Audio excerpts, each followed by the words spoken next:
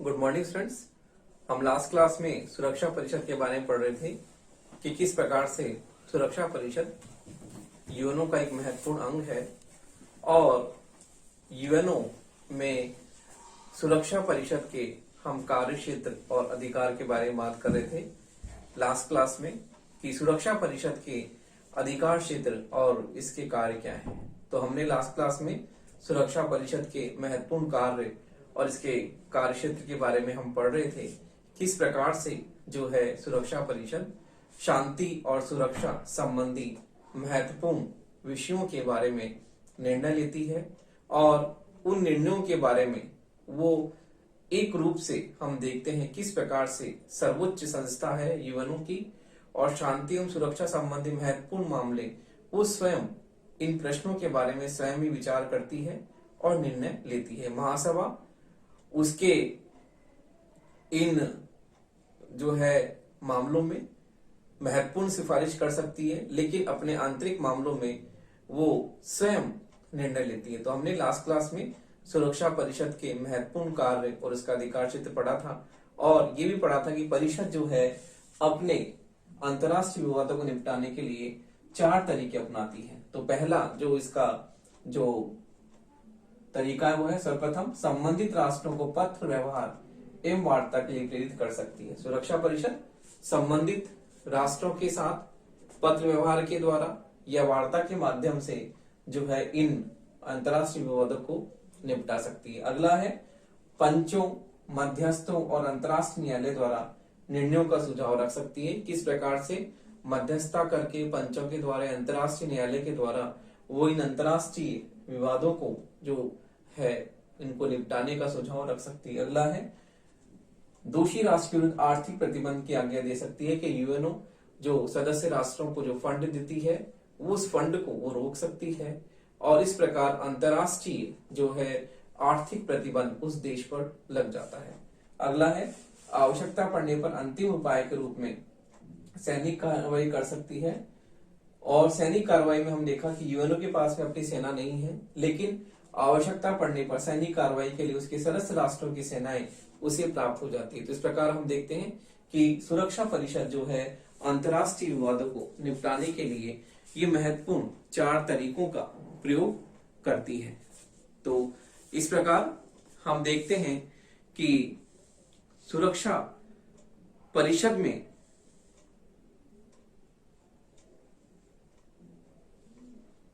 किस प्रकार जो है ये महत्वपूर्ण जो कार्य इस संस्था के द्वारा किए जाते हैं। तो अगला हम देखते हैं कि परिषद की जो है एक सैनिक स्टाफ समिति होती है, इसके बारे में चर्चा करते हैं।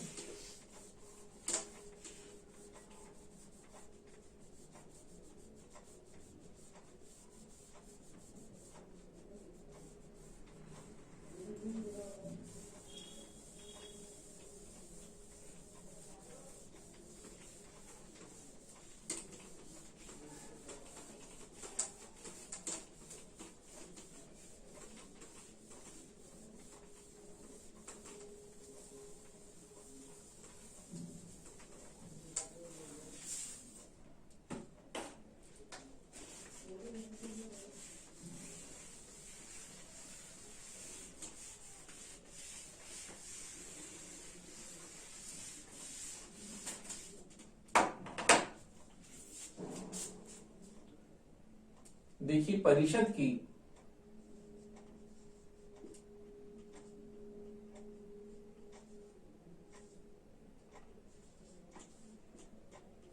सैनिक स्टाफ समिति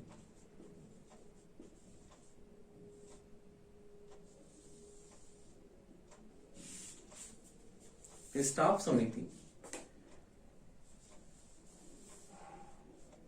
तो देखिए सुरक्षा परिषद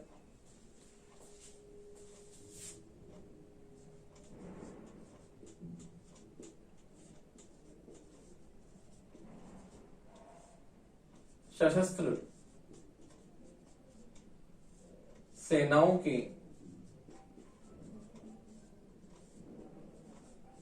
उपयोग में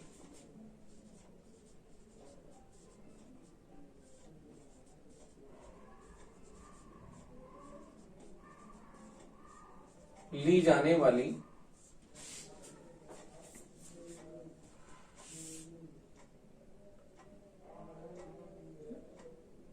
जाने वाली योजनाएं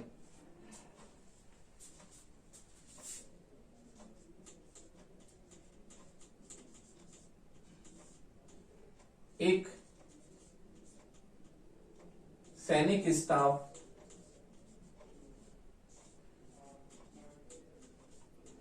समिति की सलाह से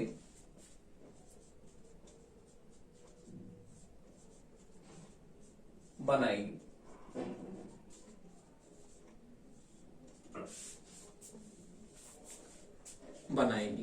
यह सैनिक स्टाफ समिति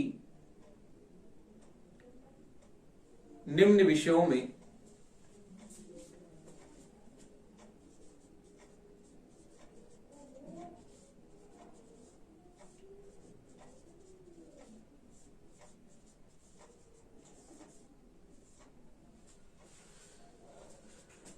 सुरक्षा परिषद को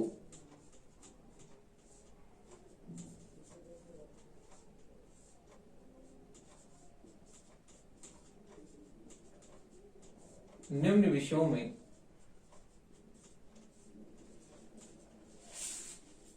परामर्श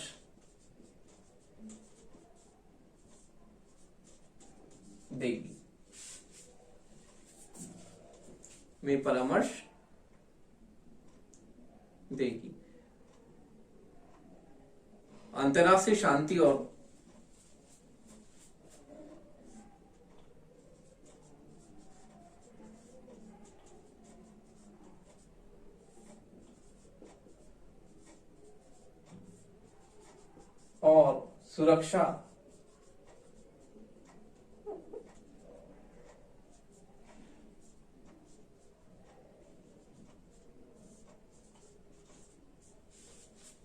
सुरक्षा को बनाए रखने की सैनिक आवश्यकताएं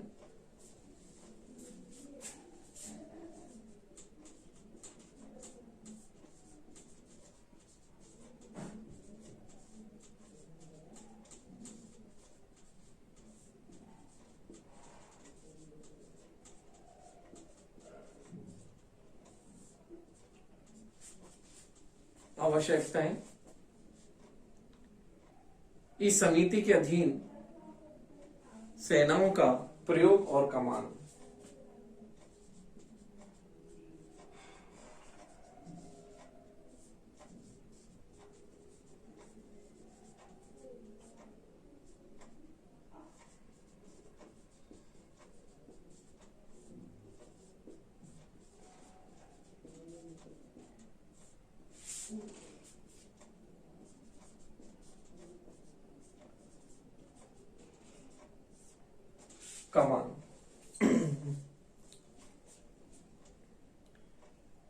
शस्त्रों का नियंत्रण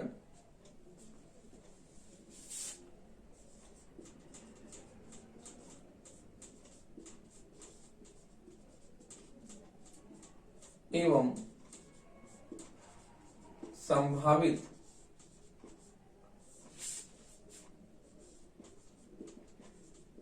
निशस्त्रीकरण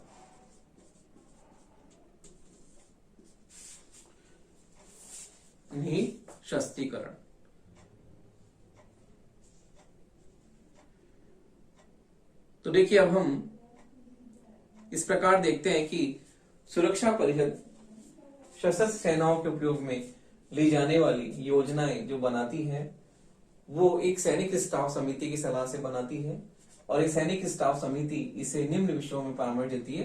अंतर्राष्ट्रीय शांति और सुरक्षा को बनाए रखने की सैनिक आवश्यकताएं, इस समिति के अधीन सेनाओं का प्रयोग और कमान, शस्त्रों का नियंत्रण और संभावित निशस्त्रीकरण। तो इस प्रकार से हम देखते हैं कि सुरक्षा परिषद को जो सामूहिक रूप से सैनिक कार्यवाही की शक्ति प्राप्त है, तो इस शक्ति का प्रयोग करने के लिए यह एक सैनिक स्टाफ समिति रखती है और इस सैनिक स्टाफ समिति के द्वारा जो है सशस्त्र योजनाएं बनाना, सेनाओं का प्रयोग किस प्रकार से कैसे करना है, ये सब कार्य ये सैनिक स्टाफ समिति की मदद से करती है।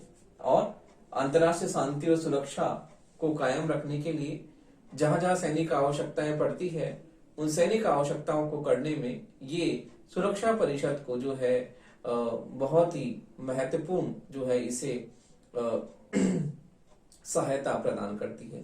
तो इस प्रकार हम देखते हैं कि परिषद की सैनिक स्टाफ समिति जो है परिषद को महत्वपूर्ण रूप से सहायता प्रदान करती है। अब हम देखते हैं कि सुरक्षा परिषद में किस प्रकार से जो है मतदान की प्रणाली होती है और वीटो होता है। तो सुरक्षा परिषद में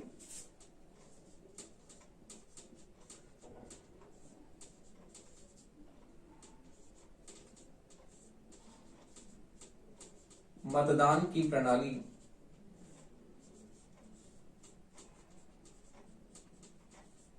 तथा वीटो का प्रयोग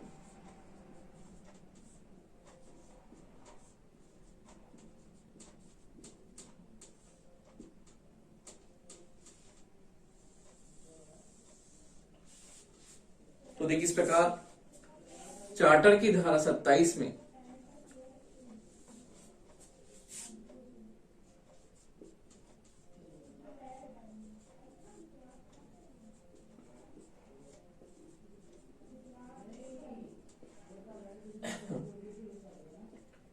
सुरक्षा परिषद की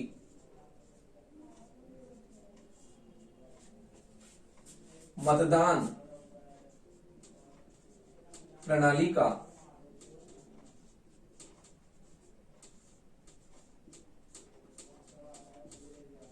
वर्णन है।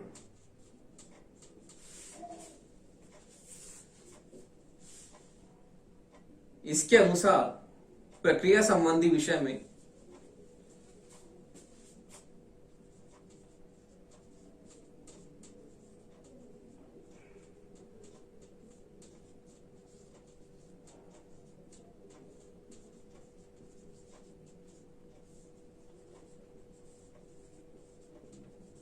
विषय में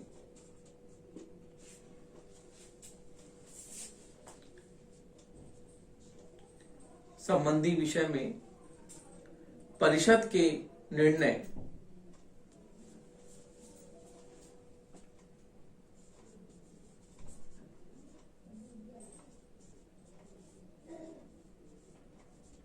नो स्वीकारात्मक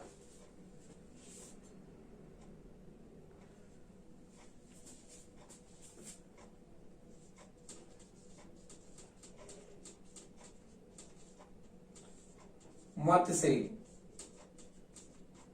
किए जाएंगे।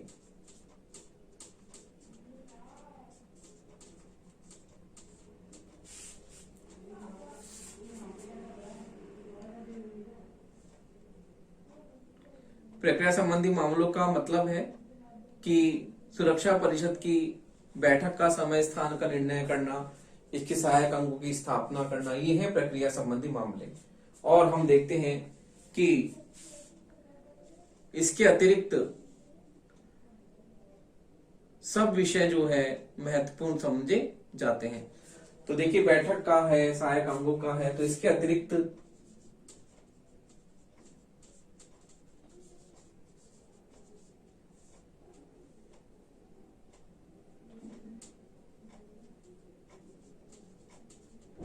सभी मामले महत्वपूर्ण एवं सारवान समझे जाते हैं।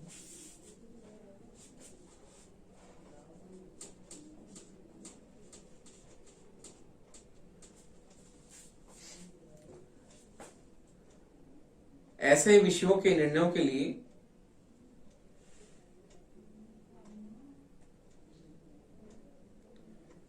ऐसे विषयों के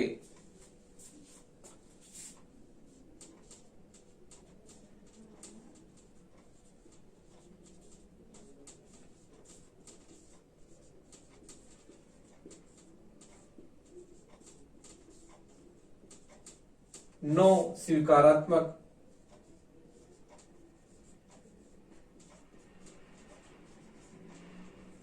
मतों के साथ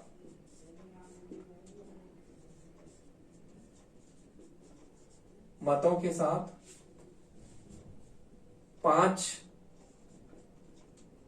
स्थायी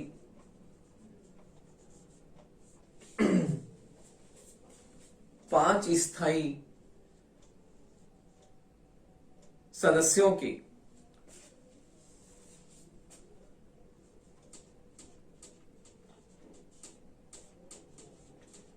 स्वीकारात्मक वोट भी होने चाहिए।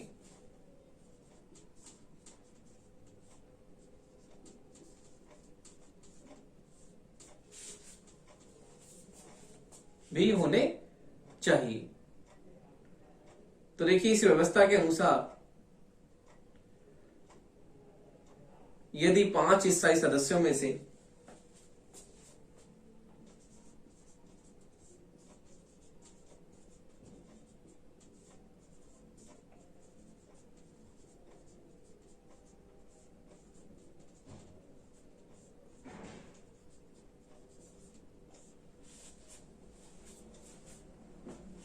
पांच स्थायी सदस्यों में से कोई एक भी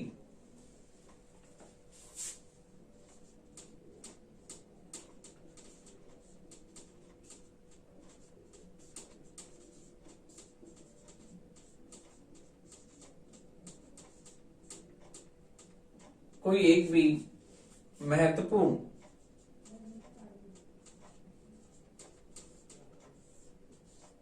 विषय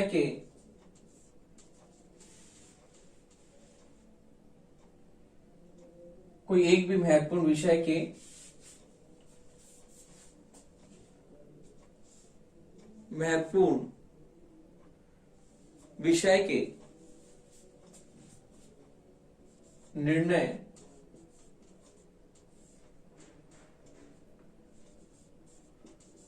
के विरुद्ध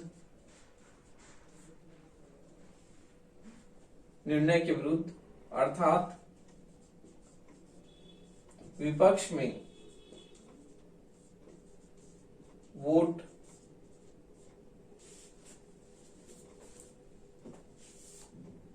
देता है तो वह विषय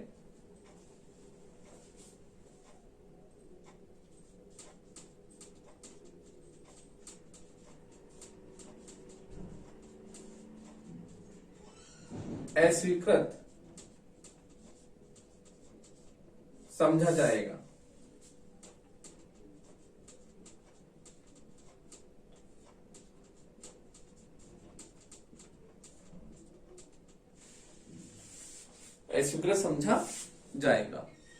तो देखिए इस प्रकार प्रत्येक स्थायी सदस्य को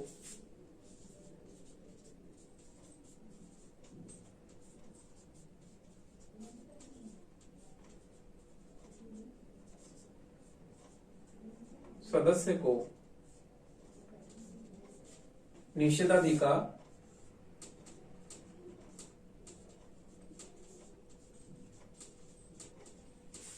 अर्थात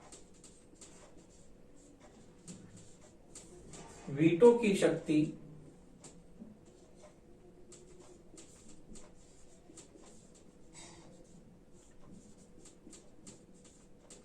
प्राप्त है।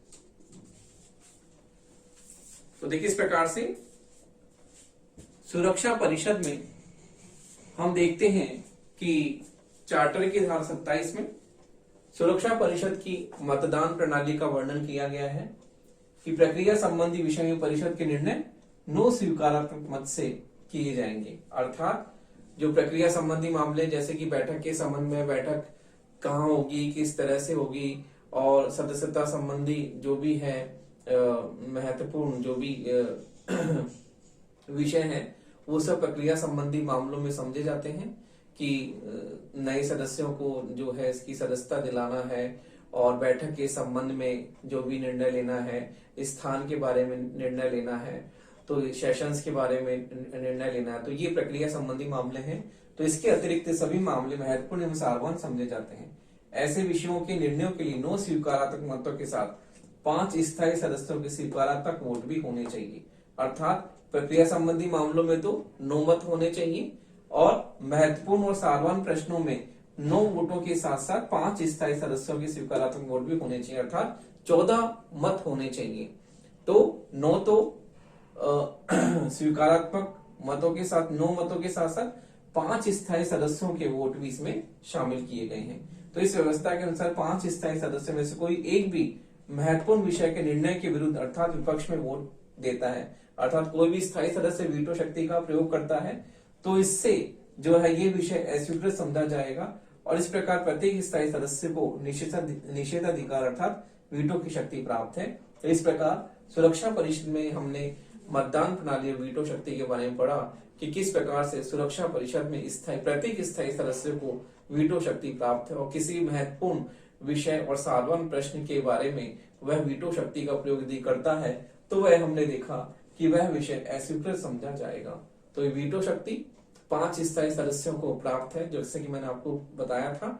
अमेरिका, फ्रांस, चीन, रूस और ब्रिटेन, ये 5 स्थायी सदस्य हैं सुरक्षा परिषद के, जिन्हें वीटो की शक्ति दी गई है, जो कि मैंने आपको लास्ट क्लास में लिखवा दिया था 5 स्थायी सदस्यों के नाम। तो इस प्रकार हम देखते हैं। अब इसके आगे हम देखते हैं कि किस प्रकार जो है सुरक्षा परिषद यूएनओ का महत्वपूर्ण अंग है और अंग होने के साथ साथ ही सुरक्षा परिषद की जो ये वीटो शक्ति है उसके बारे में हम देखते हैं कि ये वीटो शक्ति जो है इसकी भूमिका को कभी कभी नकारात्मक भी बनाती है, क्योंकि इसके विरोध में जो अस्थायी सदस्य हैं वो कहते हैं कि वीटो शक्ति नहीं होनी चाहिए, क्योंकि वीटो शक्ति के कारण हम देखते हैं कि इस प्रकार से इसमें महत्वपूर्ण और सारवान प्रश्न भी क्या हो जाते हैं, बिल्कुल अर्थहीन हो जाते हैं। तो इस प्रकार वीटो की शक्ति जो है वो इसे बहुत ही महत्वपूर्ण संस्था बनाती है और वीटो शक्ति के बारे में हम देखते हैं कि इसके जो अस्थायी सदस्य हैं वो इसका विरोध करते हैं कि वीटो शक्ति नहीं होनी चाहिए, क्योंकि वीटो शक्ति के कारण कई महत्वपूर्ण और सारवान प्रश्न भी अर्थहीन हो जाते हैं।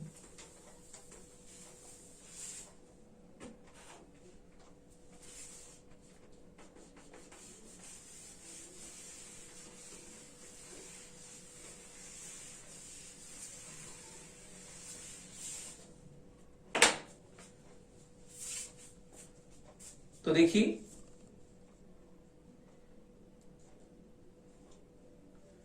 सुरक्षा परिषद जो है किस प्रकार वीटो पावर से युक्त है और इसके स्थायी सदस्य इस वीटो का जो है प्रयोग करते हैं। तो देखिए वीटो शक्ति के बारे में बहुत ही जो है इस सुरक्षा परिषद की आलोचना कई बार की जाती है, क्योंकि इसमें जो स्थायी सदस्य हैं वो इस शक्ति का प्रयोग करते हैं और स्थायी सदस्यों के अलावा अस्थायी सदस्यों को शक्ति प्राप्त नहीं है। तो अस्थायी सदस्य इसका विरोध करते हैं कि ये शक्ति केवल स्थायी सदस्यों को ही दी गई है।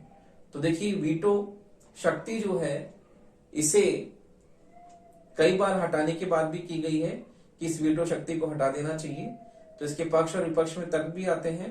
तो इसमें हम देखते हैं कि किस प्रकार से इस वीटो शक्ति को हटाने के लिए जो संपूर्ण विश्व में जो है अस्थायी सदस्य जो है इसको हटाना चाहते हैं, लेकिन फिर भी हम देखते हैं कि सुरक्षा परिषद में ये स्थायी सदस्य इस वीटो शक्ति से युक्त हैं। तो कोई महत्वपूर्ण कारण ही है जिससे ये शक्ति इन्हें दी गई है। लेकिन बार बार हम देखते हैं कि कई बार ये सदस्य राष्ट्र और जो स्थायी सदस्य हैं ये एक दूसरे के विरुद्ध वीटो शक्ति का प्रयोग करते हैं और कई बार महत्वपूर्ण विषय भी जो है वो पास होने से, स्वीकृत होने से रुक जाते हैं। तो इसलिए इस वीटो शक्ति के आलोचना की जाती है, इस वीटो शक्ति को हटा देना चाहिए। लेकिन फिर भी हम देखते हैं कि सुरक्षा परिषद में वीटो शक्ति जो है बहुत ही इसके चार्टर में इन स्थायी सदस्यों को दी गई है। तो इस प्रकार से हम देखते हैं कि सुरक्षा परिषद में स्थायी सदस्य वीटो शक्ति का प्रयोग करते हैं और इस प्रकार इसके महत्वपूर्ण जो है विषय और सारवान प्रश्न जो है वो इन स्थायी सदस्यों के द्वारा वीटो शक्ति के प्रयोग के द्वारा कई बार सारहीन और अर्थहीन हो जाते हैं। तो हम देखते हैं कि सुरक्षा परिषद की भूमिका का हम मूल्यांकन करते हैं कि सुरक्षा परिषद की जो भूमिका है वो बहुत ही महत्वपूर्ण है। तो देखिए सुरक्षा परिषद की भूमिका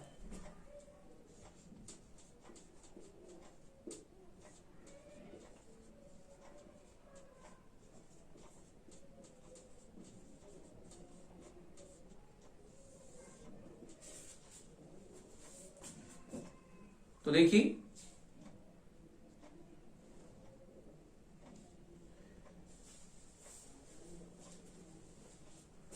सुरक्षा परिषद के बारे में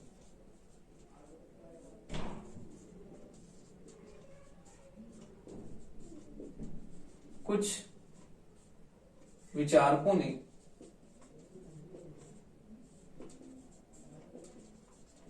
अपने मत इस रूप में प्रतिपादित किए हैं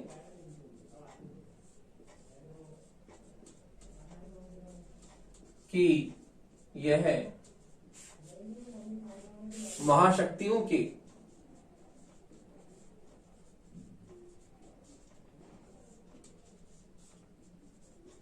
महाशक्तियों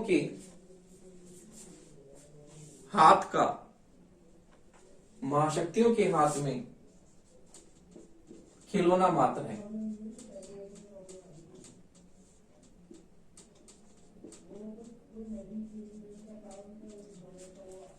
हाथ में खिलौना मात्र है और आज जो है महाशक्तियां शक्ति का प्रयोग करके सुरक्षा परिषद के निर्णयों की इस शक्ति के प्रयोग के द्वारा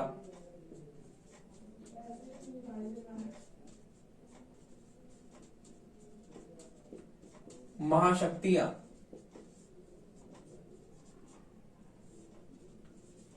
सुरक्षा परिषद के महत्वपूर्ण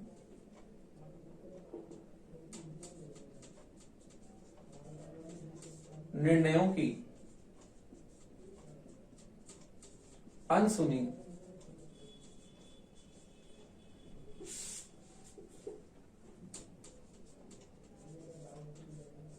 कर देती है,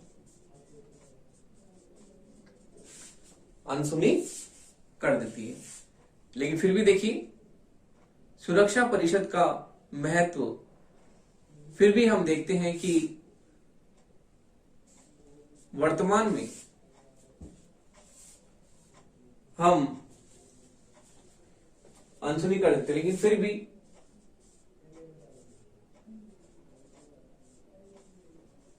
भी सुरक्षा परिषद का महत्व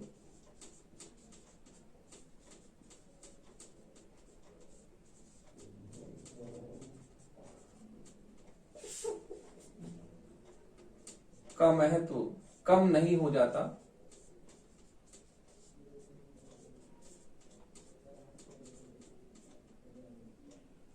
आज भी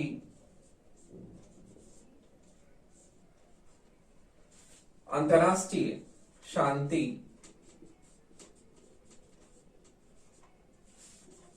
और सुरक्षा को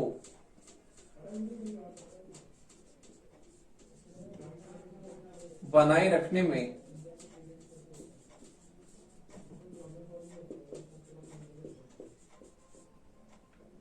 सुरक्षा परिषद का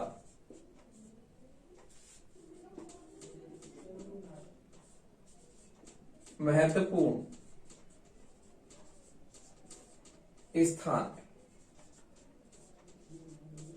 तो देखिए, वीटो शक्ति के कारण महाशक्ति है, इसके महत्वपूर्ण निर्णयों की अनसुनी कर देती है। फिर भी हम देखते हैं कि आज सुरक्षा परिषद का महत्व कम नहीं हो जाता। आज भी अंतर्राष्ट्रीय शांति और सुरक्षा को बनाए रखने में सुरक्षा परिषद का महत्वपूर्ण स्थान है।